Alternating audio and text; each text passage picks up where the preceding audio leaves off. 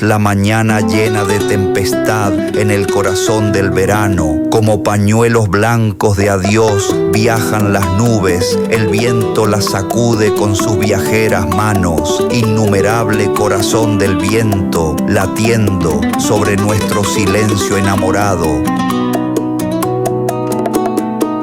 En la mañana llena de tempestad, en el corazón del verano.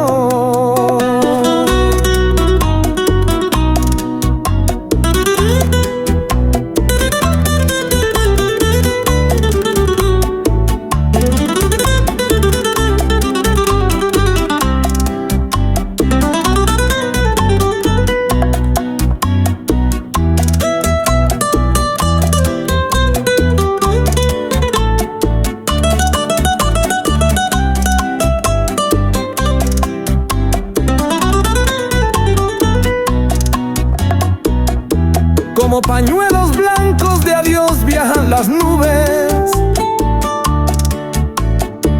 el viento las sacude con sus viajeras manos.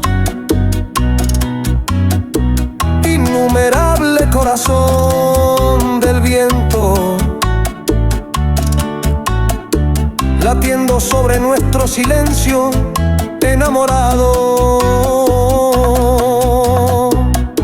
Zumbando entre los árboles orquestal y divino,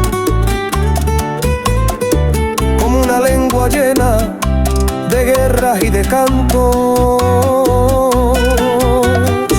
Viento que llevan rápido rabo hojarasca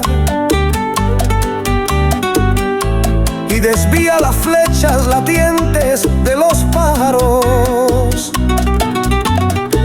Viento que la derriba en olas sin espuma y sustancia sin peso